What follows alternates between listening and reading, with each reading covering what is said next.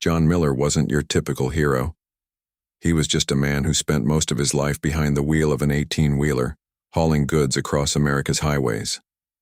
At 47 years old, he had seen it all: the endless stretches of asphalt, the quiet nights under starry skies, and the countless diners where coffee tasted like burnt toast but kept him awake anyway. Life on the road wasn't glamorous, but it was predictable, and predictability suited John just fine. But there was more to John than met the eye. Beneath his tough exterior lay a man burdened by regrets. His marriage had ended in divorce years ago, not because of infidelity or abuse, but because he chose the road over family time too often. His daughter barely spoke to him now, and every missed birthday or holiday weighed heavily on his conscience. Still, John didn't dwell on those thoughts much. Instead, he drowned them out with the hum of his engine and the rhythm of the highway. It was one chilly October evening when everything changed. John was driving through a remote stretch near the Nevada-Utah border, a place so desolate that even cell phones struggled to find a signal. The sun had set hours ago, leaving the landscape bathed in darkness broken only by the faint glow of his headlights. The wind howled through the canyons, making the trailer sway slightly as he steered straight ahead. As he approached a lonely intersection, something unusual caught his attention. Off to the side of the road, partially hidden by shadows, was a car crumpled against a guardrail. Its headlights flickered weakly like a dying heartbeat struggling to keep going. John slowed down instinctively. Something about the scene felt wrong. Too quiet. Too still. He pulled his truck onto the shoulder and stepped out into the cold night air. Grabbing a flashlight from the cab, he walked cautiously toward the wrecked vehicle. What he found stopped him in his tracks. A young woman sat slumped over the steering wheel, her face pale and streaked with blood. Her eyes were closed, and she wasn't moving. In the back seat, a small boy no older than 6 clung to his seatbelt, sobbing quietly. For a moment, John froze. He wasn't trained for this kind of thing. Sure, he'd taken basic first aid courses required by his job, but nothing prepared him for the sight of a mother and child in such a dire situation. Yet deep down he knew what he had to do. This wasn't the time to hesitate. It was the time to act. The smell of gasoline hit him first, sharp and acrid. It was leaking from the car's fuel tank, pooling beneath the vehicle. Smoke began rising from under the hood, curling lazily at first but quickly thickening. Panic surged through John. If the car caught fire, they wouldn't stand a chance. Without wasting another second, John grabbed his pocket knife and rushed to the driver's side. The door groaned in protest as he yanked it open. The woman inside moaned, softly, stirring ever so slightly. Hey, John said firmly, trying to sound calmer than he felt. Can you hear me? You've got to wake up. Her eyelids fluttered, but she didn't respond. John leaned closer, noticing the seatbelt pinning her torso against the seat. Using his knife, he carefully cut through the strap, wincing each time the blade came dangerously close to her skin. Once free, he gently lifted her out of the car. She was lighter than he expected, her body limp in his arms. Just as he carried her away from the wreckage, the car erupted into flames. The explosion sent a shockwave rippling through the air, forcing John to stumble backward. The heat singed his cheeks, but he held tight to the unconscious woman, shielding her with his own body. Behind him, the boy screamed, snapping John out of his daze. Turning back, he saw the little boy still strapped into his seat, wide-eyed with terror. John ran back toward the inferno, ignoring the searing heat and the smoke stinging his lungs. He unbuckled the boy and scooped him up, holding him close as they retreated to safety.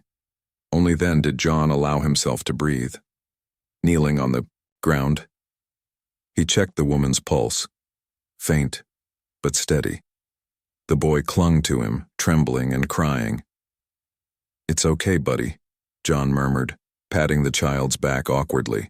You're safe now. He fumbled for his phone, realizing belatedly that there was no signal. Cursing under his breath, he grabbed his CB radio instead and called for help. Within minutes, emergency services were alerted, though it would take them nearly 20 minutes to arrive. Those 20 minutes dragged on like hours as John stayed by their side, comforting the boy and keeping watch over the injured woman. When the paramedics finally arrived, they took over, loading the woman and the boy into separate ambulances. As they prepared to leave, the little boy looked up at John with tear-filled eyes. "Thank you," he whispered, his voice barely audible over the chaos. Those two words hit John harder than any physical blow ever could. For the first time in years, he felt needed, not just as a trucker doing his job, but as a human being making a difference. Little did he know, this encounter would change his life forever. But for now, all he could think about was getting back, on the road, putting miles between himself and the memories of that night. Or so he thought. The woman lay unconscious in the ambulance, her face pale and streaked with dirt and dried blood. The boy sat beside her, clutching a stuffed animal that had somehow survived the chaos of the accident. His small hands trembled as he held it close, to his chest. John stood nearby, watching the paramedics work. He felt out of place, like he didn't belong in this moment, but something kept him rooted to the spot. The boy turned to look at him again, his wide eyes filled with confusion and fear. "Are you leaving?" the child asked softly, his voice breaking. John hesitated. I gotta get back on the road soon," he replied, scratching the back of his neck awkwardly. But even as he said it, he knew he couldn't leave. Not yet. Not until he was sure they were okay. One of the paramedics approached him, pulling off her gloves. "You did good tonight," she said, her tone warm but professional. "If you hadn't acted when you did, things could have been a lot worse." John shrugged, uncomfortable with praise. "Anyone would have done the same," he muttered, though deep down he wasn't so sure. Most people wouldn't have stopped on such a desolate stretch of road. They'd assume someone else would come along, or maybe they'd be too scared to get involved. But John hadn't thought twice about it. He just reacted. The paramedic gave him a small smile before heading back to the ambulance. As the vehicles pulled away, sirens wailing into the night, John climbed back into his truck. He sat there for a long time, staring at the empty road ahead. The adrenaline that had fueled him during the rescue had worn off, leaving behind a strange mix of exhaustion and unease. He tried to shake it off. This wasn't the first time he'd helped someone in trouble. It came with the territory of being a trucker. Over the years, he'd changed tires, given rides to stranded motorists, and even shared meals with folks who looked like they needed a kind word more than anything else. But this felt different.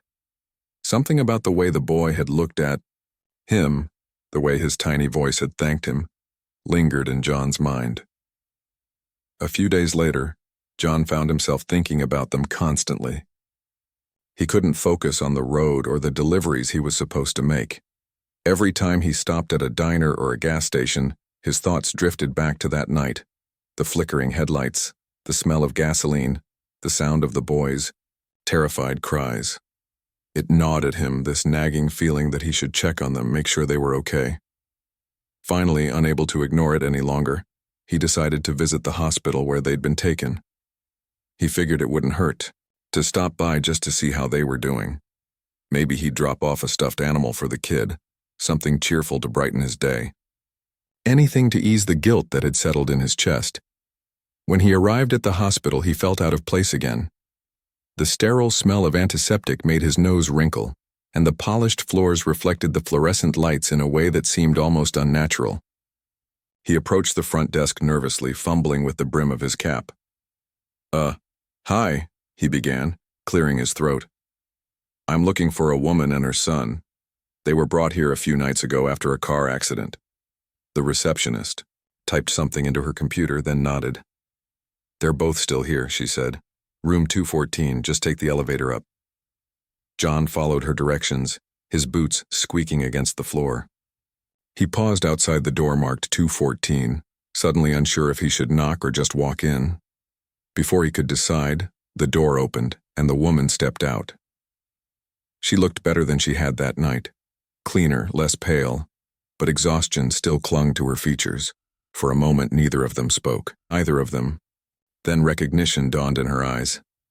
"You're the trucker," she said quietly, her voice tinged with gratitude. "The one who saved us." John shifted uncomfortably, shoving his hands into his pockets. "Yeah, that's me," he mumbled. "Just wanted to see how y'all were doing." Her lips curved into a faint smile. "We're alive because of you," she said simply. "Thank you doesn't feel like enough." Before John could respond, a small figure darted past the woman and latched onto his leg. It was the boy, his face lighting up with relief and joy. "You came back," he exclaimed, hugging John tightly. John chuckled, patting the boy's head awkward, 相对自然的扩展。第二部分内容，同时保持简单、人性化和引人入胜的语气。以下是完整段落。The woman lay unconscious in the ambulance, her face pale and streaked with dirt and dried blood. The boy sat beside her, clutching a stuffed animal that had somehow survived the chaos of the accident. His small hands trembled as he held it close to his chest. John stood nearby, watching the paramedics work. He felt out of place, like he didn't belong in this moment, but something kept him rooted to the spot. The boy turned to look at him again, his wide eyes filled with confusion and fear. "Are you leaving?" the child asked softly, his voice breaking. John hesitated.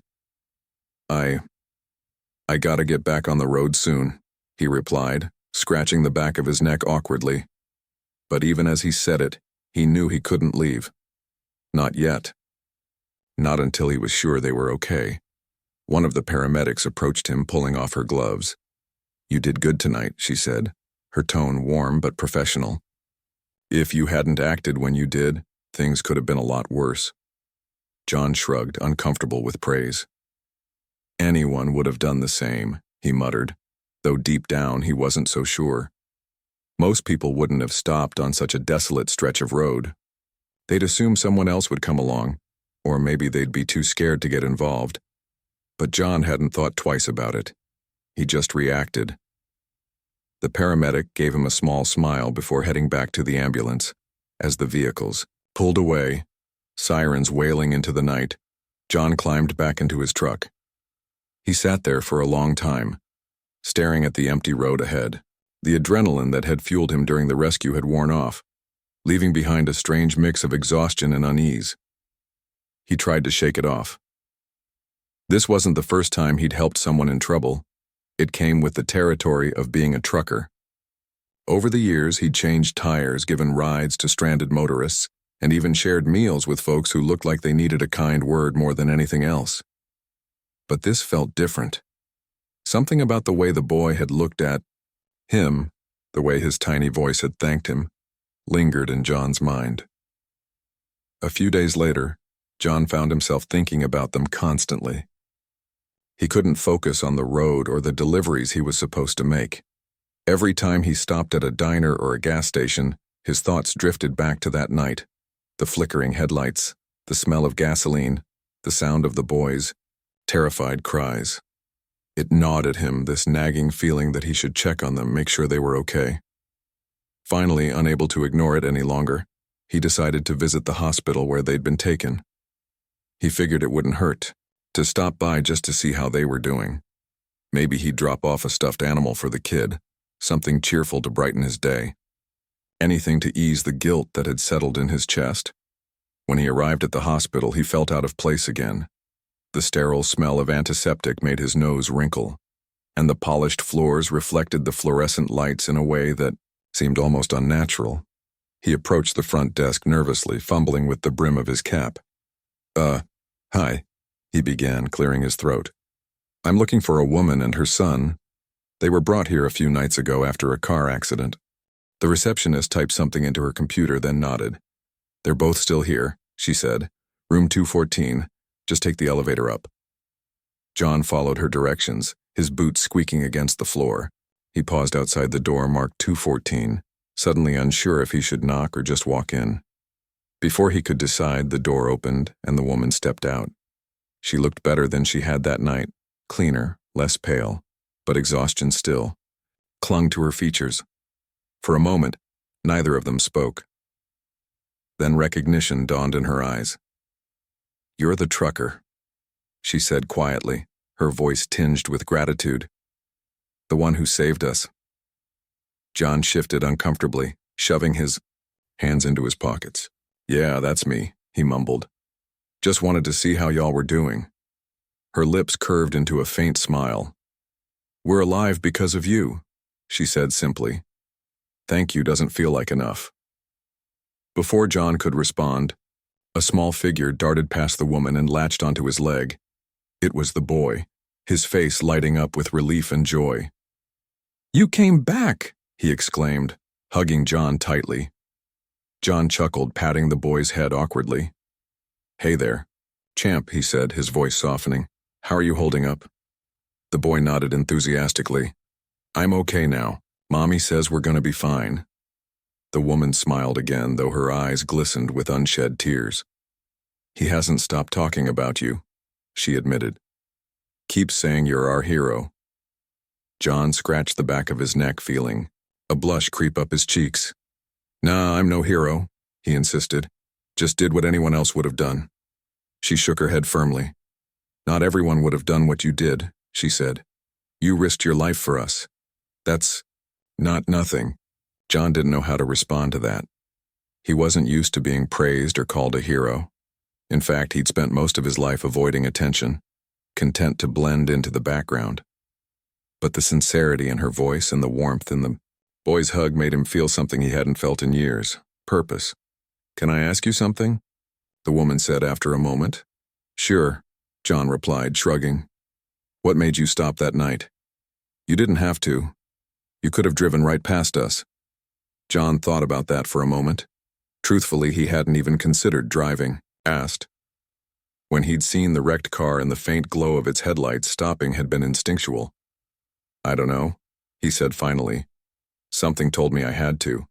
Guess I'm glad I listened." The woman nodded, her expression thoughtful. "Well, whatever it was, I'm grateful. We both are." They talked for a while longer, sharing bits and pieces of their stories. She explained that she was a single parent raising her son alone after losing her husband in a car accident years earlier. Life hadn't been easy, but they'd managed to find joy in the little things until that fateful night. As they spoke, John realized how much they had endured. Despite everything, the woman radiated strength and resilience, and the boy, despite the trauma he'd experienced, was full of energy and curiosity, peppering John with questions about his truck and life on the road. Eventually, John glanced at his watch and sighed. "I should probably get going," he said reluctantly. "Got deliveries to make." The boy's face fell. "Do you have to go?" John knelt down to meet his gaze. "Afraid so, buddy. But hey, I'll check in again, okay? Maybe bring you that toy I promised." The boy grinned, nodding eagerly. "Okay, promise?" "I promise," John said, ruffling his hair. As he walked back to his truck, John felt lighter than he had in years. For the first time in a long time, he felt like he'd made a real difference, not just in someone else's life, but in his own. After that first visit to the hospital, John couldn't stop thinking about the woman and her son. He told himself it was just curiosity, wanting to make sure they were okay. But deep down, he knew it was more than that. For years, he'd lived a solitary life, disconnected from people and their problems. Helping them that night had awakened something in him, a part of himself he thought he'd lost long ago. The next time he passed through the area, he stopped by the hospital again. This time, the woman was sitting up in bed, looking stronger than before. The boy was perched on a chair beside her, coloring in a book with crayons that had seen better days. When they saw John walk in, both their faces lit up like he was an old friend coming to visit. "You're back," the boy exclaimed, jumping off his chair and running toward John. He hugged John's leg tightly, making him chuckle. "Hey there, champ," John said, patting the boy's head. "How's it going?"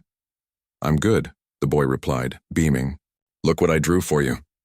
He held up a piece of paper covered in bright scribbles. It was a picture of a truck, unmistakably inspired by John's rig with stick figures standing beside it. John took the drawing carefully, pretending to examine it closely. "Wow, this is amazing," he said, grinning. "You've got real talent."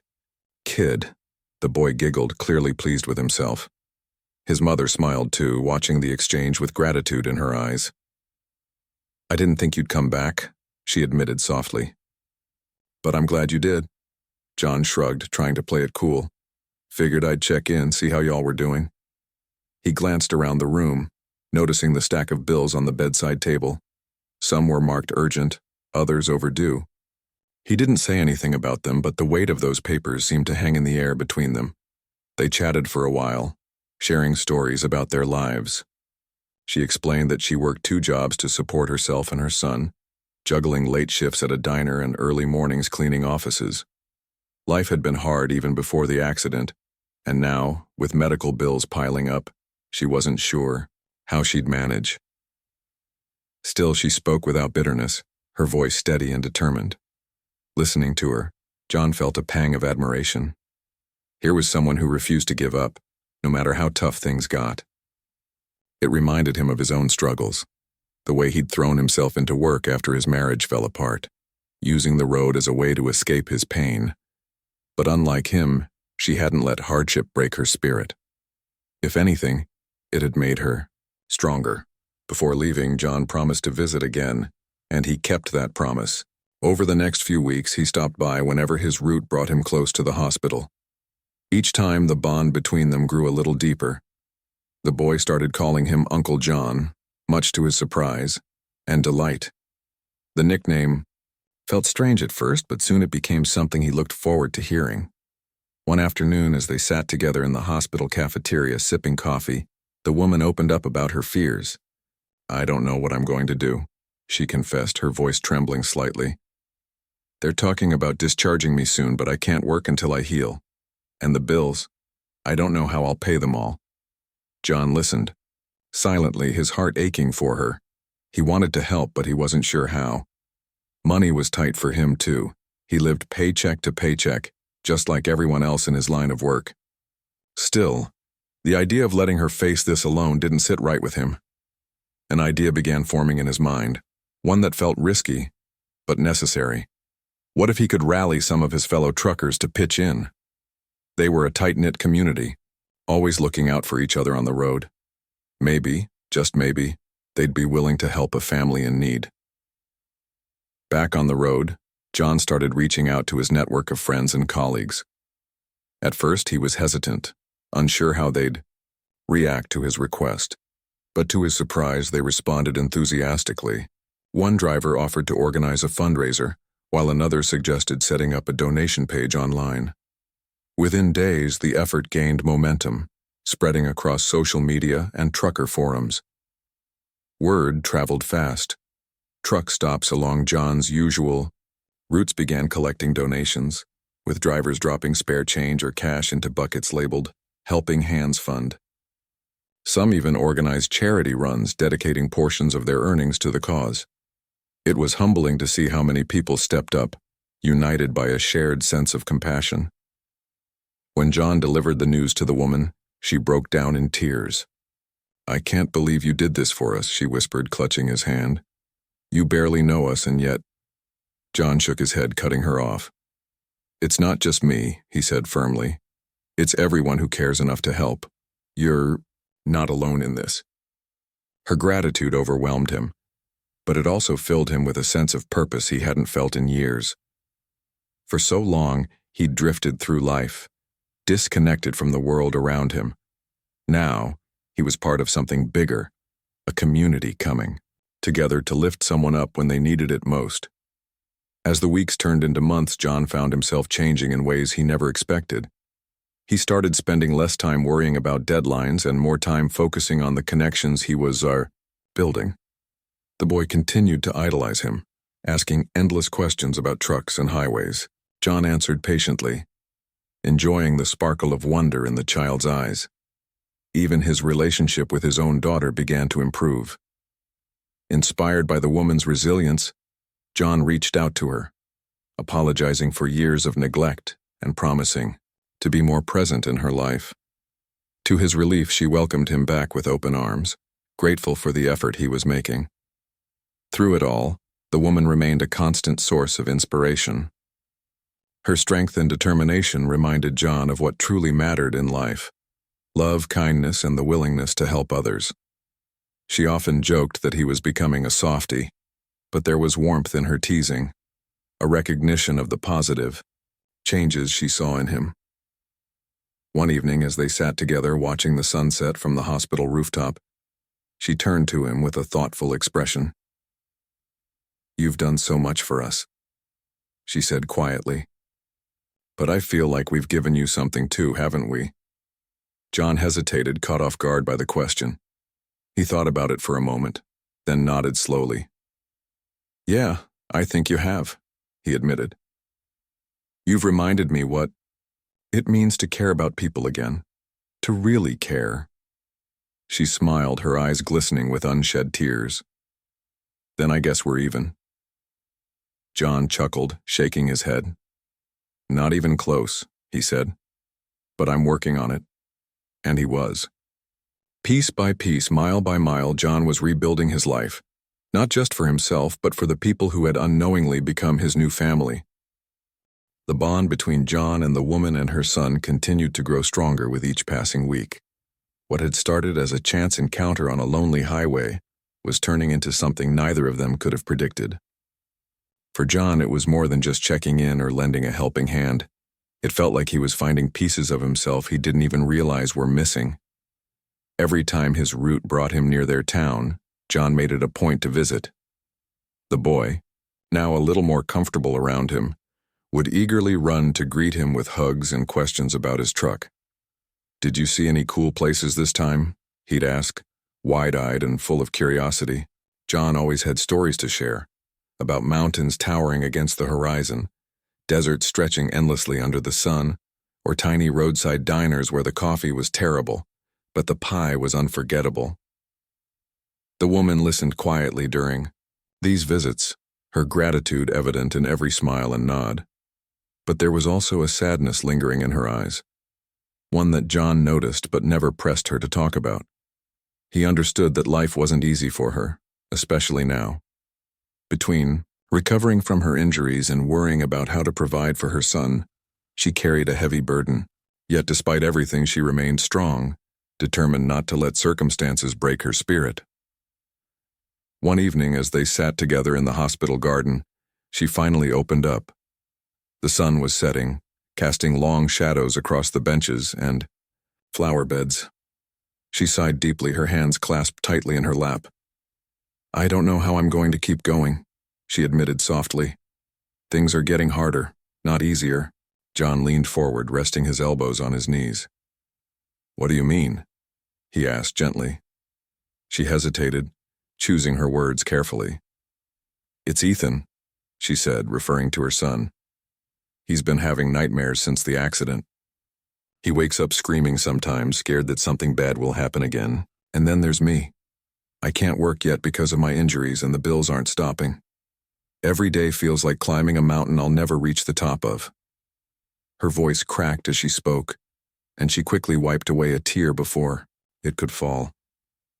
John felt his chest tighten. He wanted to fix everything for her, to take all her worries away, but he knew he couldn't. Life didn't work that way. What he could do, though, was listen and try. "You're doing better than you think," he said after a moment. "Look at how far you've come already. You're healing, and Ethan's got you. That's what matters most." She shook her head, a bitter laugh escaping her lips. "But for how long? What if something happens to me? Who will take care of him then?" Her words hit John hard. They weren't just fears, they were real possibilities, ones he hadn't fully considered. Until now, he thought about his own daughter, the years he'd missed, the moments he could never get back. If anything had happened to him during that time, who would have stepped in? Would anyone have cared enough?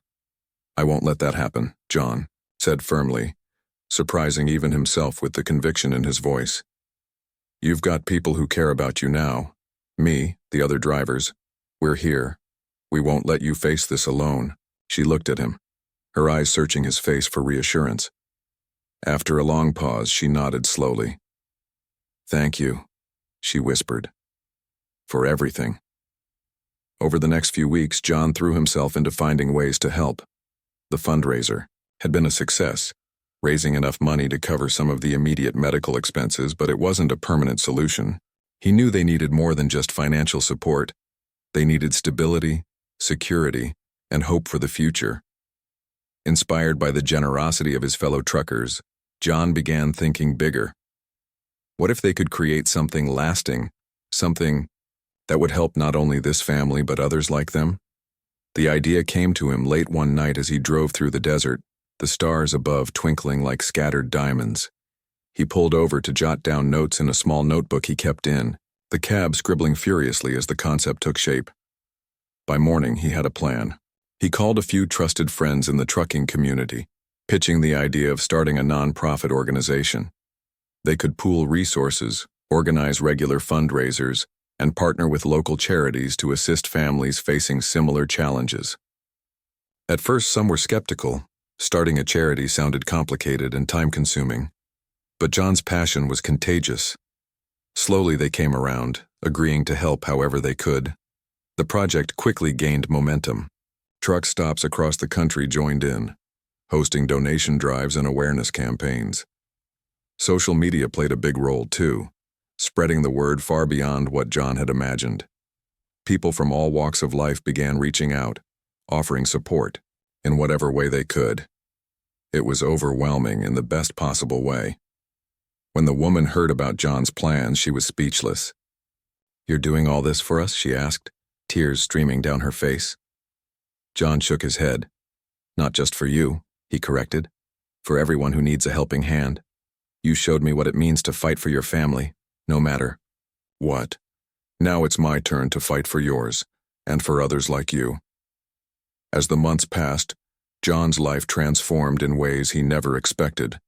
The non-profit, which he named Wheels of Hope, became his new mission. He cut back on his long-haul trips, dedicating more time to organizing events, connecting with donors, and visiting families in need. It wasn't easy. There were setbacks and challenges. But every time he saw a smile on someone's face or heard a heartfelt thank you, it made all the effort worth it. His relationship with his own daughter improved dramatically.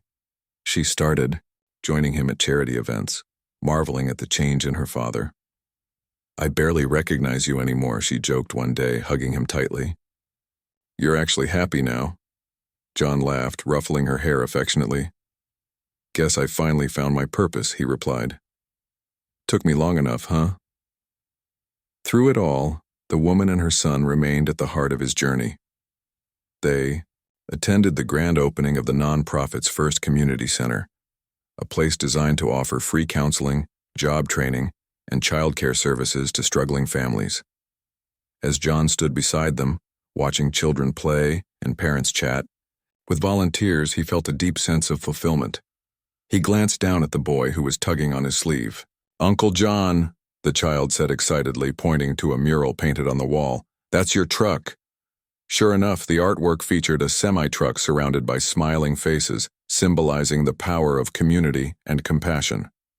John knelt down, meeting the boy's gaze. "You know what, champ?" he said, his voice thick with emotion. "That truck doesn't just belong to me anymore. It belongs to everyone who believes in helping others." The boy grinned, throwing his arms around John's neck. "I love you, Uncle John." John hugged him back, blinking back tears. For so many years he'd lived life on autopilot, disconnected and alone. Now, standing in the middle of this bustling crowd, surrounded by people whose lives he'd touched, he realized something profound. Saving that mother and her son hadn't just changed their lives. It had saved his own, and he wouldn't trade it for anything. As Wheels of Hope grew, so did the challenges. Running a non-profit wasn't as simple as John had imagined. There were days when he felt overwhelmed by the sheer amount of work it required, coordinating events, managing funds, and ensuring every family received the help they needed.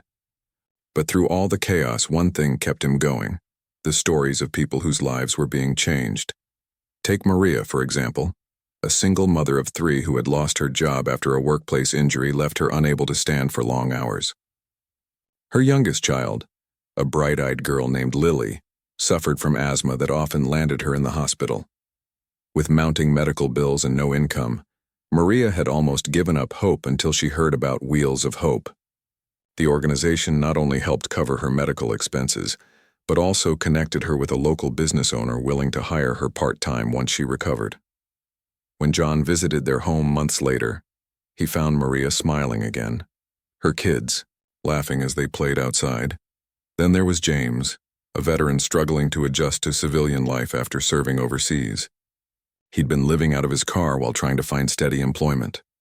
Through the nonprofit's job training program, he learned new skills and eventually landed a stable position at a logistics company. On the day James picked up the keys to his first apartment, he hugged John tightly, tears streaming down his face. "You gave me my life back," he said simply. These moments fueled John, reminding him why he'd started this journey in the first place. But not every story had a happy ending, and those were the ones that weighed heavily on him. One cold winter morning, John received a call from the woman he'd rescued years ago. By now, she and her son had moved into a small apartment, thanks in part to the support they'd received from the nonprofit. Life was still difficult, but they were managing, one step at a time. That's why her voice, trembling with panic, sent a chill down John's spine. "It's Ethan," she said, barely able to get the words out. "He's sick again." John's heart sank. He remembered the boy's nightmares after the accident, the way he'd cling to his mother during thunderstorms or cry in his sleep. But this wasn't just fear. It was something worse.